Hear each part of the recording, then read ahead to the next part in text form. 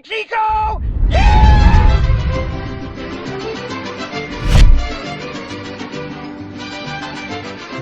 What's up, guys? Thanks for checking out the channel. We are back.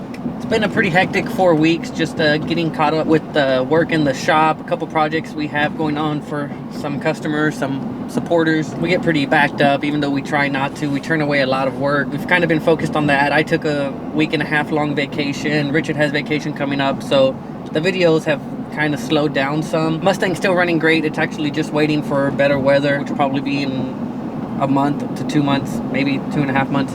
We'll have the Mustang back out. For now, we're probably gonna start messing with the Sierra and the F-150, so stay tuned for that. For today, we are actually headed over to Circle D Specialties. They make all those stall converters, torque converters, flex plates, and whatnot for the GM platforms, the Coyote platforms, and I think just about any and every transmission. So we're headed over there today. Gonna give you guys a walkthrough of their shop, and if Chris, the owner of Circle D, has time, we'll sit down and do a podcast with them, see if we can get some industry secret tips and tricks or shortcuts for small business owners, and get his story. So stay tuned for that.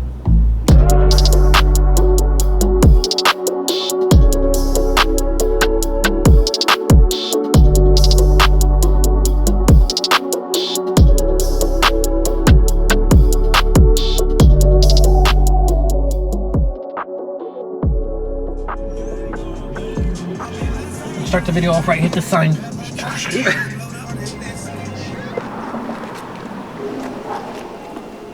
Fun stuff. Hello. Good morning. Hey, Shai, you ready? Welcome to Circle D Specialties. Oh, I've never been here. Thanks for coming in, sir. Yeah, we got a couple things to, I guess, drop off in there. Okay. And then we'll do a little walk around of the shop. I'll just power through and pretend like I'm not shy. This good? Can we work with this, or we gotta have them make another building? Acceptable? Yeah. For now. We do have plans started on the second building. Do you?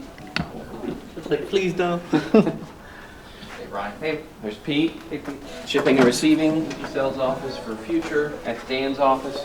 Stand-up desk. Yeah, they're all stand-up desks. Are they? Yeah. Brady. B80. You too, man. Are we pro Second Amendment? Is that what we're... Yeah. Let's get it going. It's good stuff. Started off right. Yeah. Oof. No. Very leathery. It's If you're into literally that. not even 10 yet. Stand-up desk. They all stand up? We Is care it just... about our people. Oh, okay. Just doing some photo shoots in there. Oh, nice. HR. Don't say anything bad around him. Of course. My office. I don't like shit on my desk anywhere. Yeah, I try not to, but the guys have a habit of anytime we get something, and just because it has my name, which a lot of things will, I just put it on my desk. everything does. Snacks for our guys. Jeez. No way you provide health insurance with all these snacks. That's true. Break room.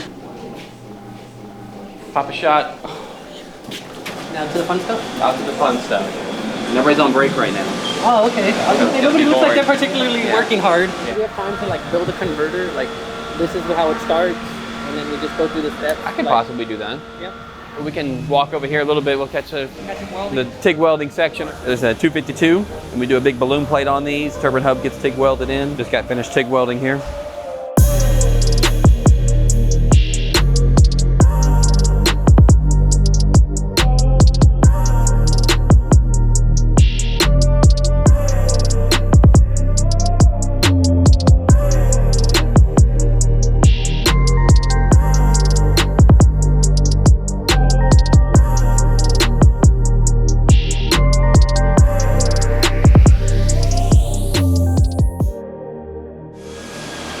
So when you hire a welder, you test them? Well, I mean, all of our welders are trained in-house, other than David came to us, started in cut area, worked his way I up. remember when he was cutting. Now he went to official welding school, certified with TIG welding and all that stuff, which has definitely helped our welding out, because now we go to him with questions, hey, this isn't doing right, this isn't, he helps us out there.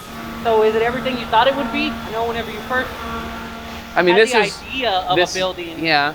I mean, this is an evolution of many, many years of work. There's an expression, I feel like it went around on the internet 3 or 6 months ago of, remember when you dreamed about what you wanted that you now had, so you got to sit back and reflect on that. Right. But yeah, I mean, it's a ton of work. Not that I want to brag about it, say staying at the top and act like I'm the king of the hill kind of thing, but to stay up there to that level of excellence, it's constant pounding. We have new products that are constantly coming out, constant perfection with efficiencies, training of personnel, standard operating procedures. There's just constant. I think growth and perspective are two of the big things that have really helped me just kind of, you know, we're here now, and years ago, what, 10 years ago, did you ever think that this would be a thing? No.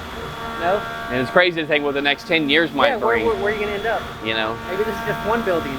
Yeah. Right? I mean, you definitely have more CNCs than whenever we first started hanging out. Yeah, I think we maybe had 3 or 4 when we first started talking. Now we're at, technically 11. In your old building, the first building, one? No CNC? Well, none at first, but then we had our original Herco TM10 and then that Herco right there, and they're both still kicking. They are 15 years old now. Yeah. They've had some maintenance issues, and I've said the next time they die, I'm done with them. Right. It's like an old car. At some point, it's just going to cost more to repair than buy a new one. And then we had this one in the very first shop. It's a DMU50. That's our 5-axis machine when we first started getting into the idea of doing stators in-house and stuff like that. Right. And we've evolved over to the Akuma brand since then, pretty much. So over the course of the business, you went from putting pieces together from other places to now trying to just do everything in-house? Correct.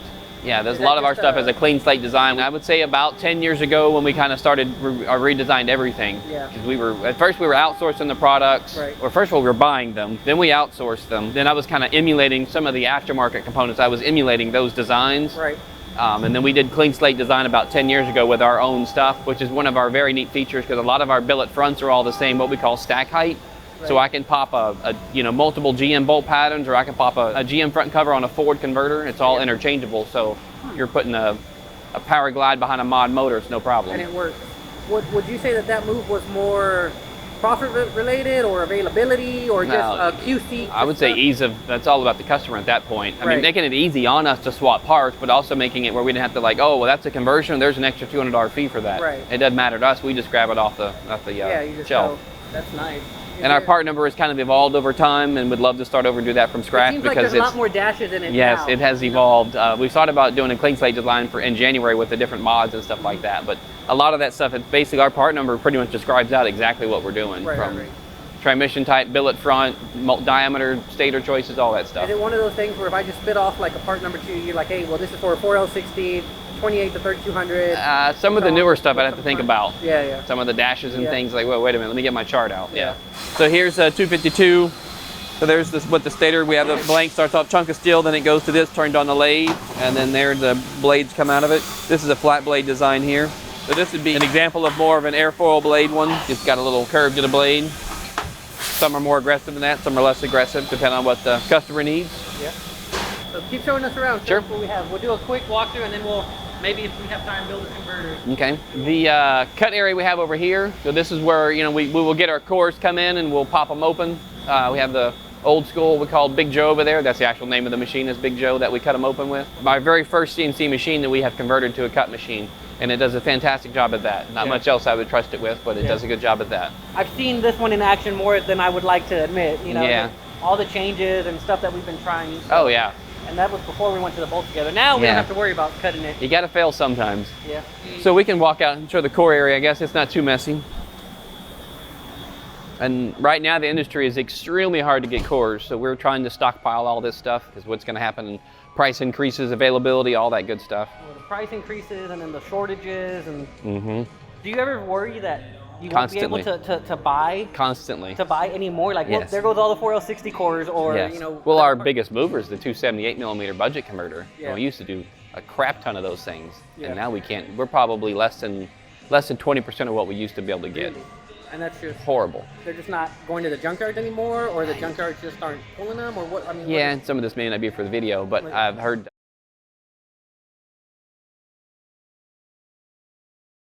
Or whatever. Yeah. That's crazy. We can't go over there, it's too messy. Okay. A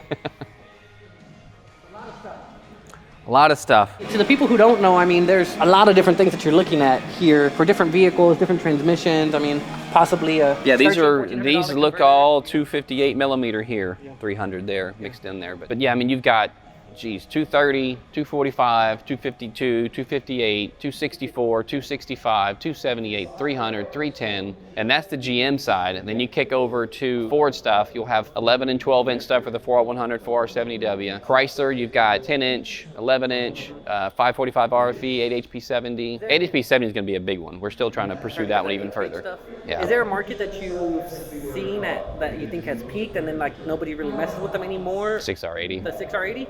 Yeah, we've seen a decline in sales on that one. You think that's because there's more people jumping into that game, or just I think it's so easy to make power on those cars. People are doing 2 and 3 speeds on them.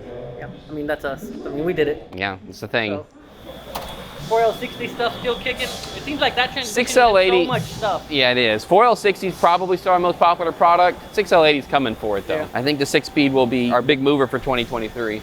Are they all interchangeable, like the C6 and like the what else has a 6-speed, like a fucking G8 or one of the trucks? Or Yeah, so your cars are pretty much interchangeable and trucks are interchangeable. The Corvette is a unique bolt pattern because it's the rear mount stuff. The transmission is actually mounted to the differential. So the actual flex plate drives the drive tube, and you have a drive plate for the converter. And I can show you one of the billet fronts, but they're virtually the same. The converter is about 50 thousandths taller, I believe, but it's mostly the bolt pattern. So CNC machines, you can see them kicking now. We have 3 operations for most billet fronts. We have a transmission side and an engine side, and then it goes to the mill for what we call the bolt pattern. 2 lathe operations and 1 mill operation. The second lathe operation we use live tooling on to do our multi-disc and stuff like that. You can walk up in here, see some stuff. So here's an example of majority of our front covers are going to come out of a forging like this. So this is about a 55-pound-ish, 60-pound chunk there. That's billet front comes out. GM, Ford, Dodge, all that shavings. Recycle those too. Recycle, wow. That's right. You can see over here we've got this front cover is turned on both the engine side and the transmission side is still working on, where that flows over. You see behind you here. So this is one that would be predominantly done, getting a little bit of deburring on it. This is a LS single, and there's our serial number. So when we sell it, we know exactly who we sold it to and the date and everything. Single disc, so we just have our deep groove ball bearing and the clutch surface. And that's LS bolt pattern there. Welding area? Correct. So we got build area, assembly area over here. So you kind of see a stack of converters ready to get tested out. Once they're assembled, they come over here to get welded. Is there like a goal that y'all have every day? You don't have to give specific numbers, but... Oh, definitely. We have, efficiency goals we try to hit for the guys.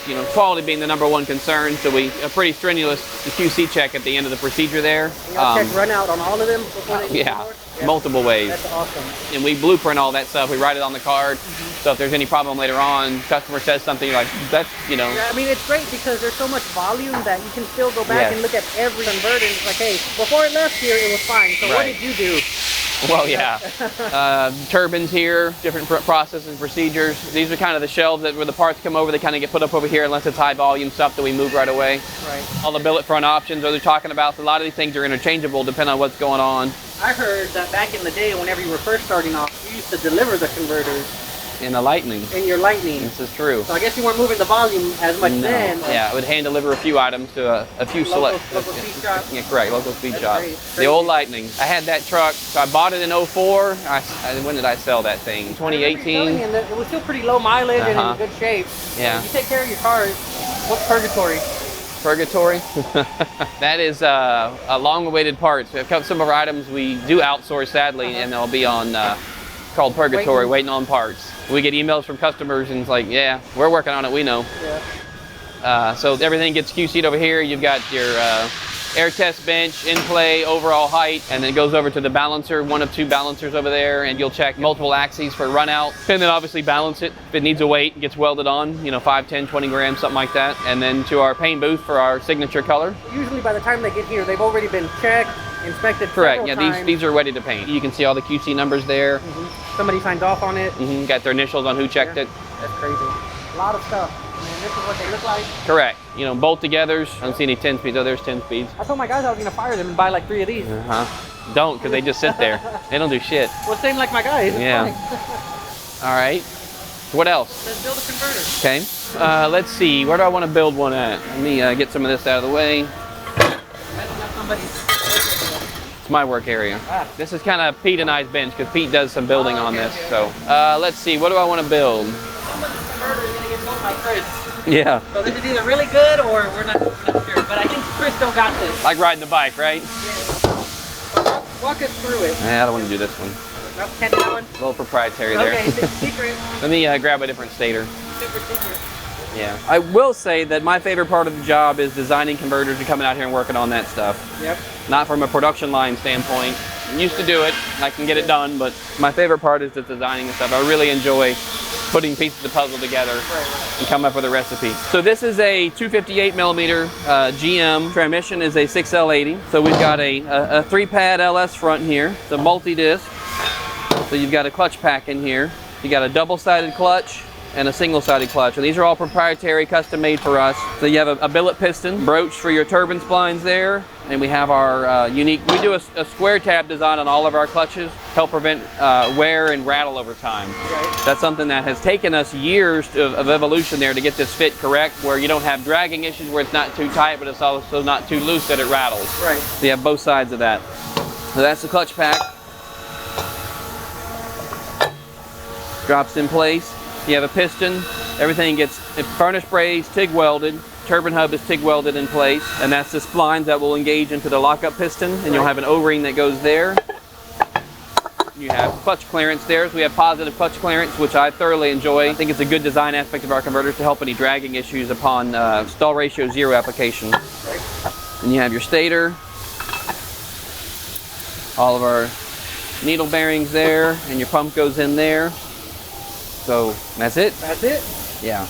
And it'll go through, like I said, when it gets over there, they'll actually do, they do official turbine clearance. So we have a set number there we hit where the turbine actually located with the impeller. Clutch clearance, O-ring it up, check for anything. So what used to take all day, maybe? Or how long would it take you, like, from this entire process, like from scratch to finish, if you had to do one converter only, how long would it take before to now? Off video? And it helps having everything. Yeah, it's pretty streamlined. Yeah. I mean, there's always room for improvement. We're constantly looking at things. Got a new guy that's helping us kind of organize some stuff, and he has ways to identify bottlenecks easier, but I tell him there's always a bottleneck. Right. Sometimes it's necessary, though, because it gives other areas time to... Nah. No? No, bottleneck? never necessary. Oh. What's next? We can go set up for Did I the go too podcast. fast on that? No, it's fine.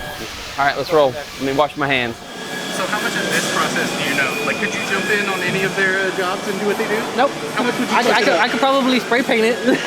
Put it on the machine where they weld it. and let the welder do it? Yeah, let the robot do it. He's like, I'll push the cart from step to step. I like that soap. We've used a lot of hand soap. That one actually works very well. Did your HR person approve this? That was pre-HR. HR. Back when we used to be able to do anything. Yeah. Let's go, Levi. He got stuff to do. Yeah. Big business doesn't run itself. Make a shot. Make a shot. Oh, we almost made the other one. That's actually a game. Can you hit it off one side and go to the other? I'm wearing my watch. Underhand is much better. Is it? I think it's faster because you're closer. Y'all go versus. First to 3. I'll beat him. It's not even my game. Alright. I should stick to building converters. Yeah.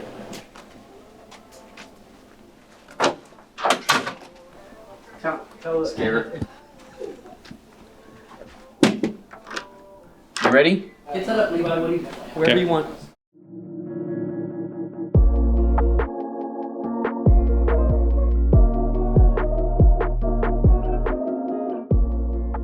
You boys like Mexico? If you could pick one job to do here, which one would it be?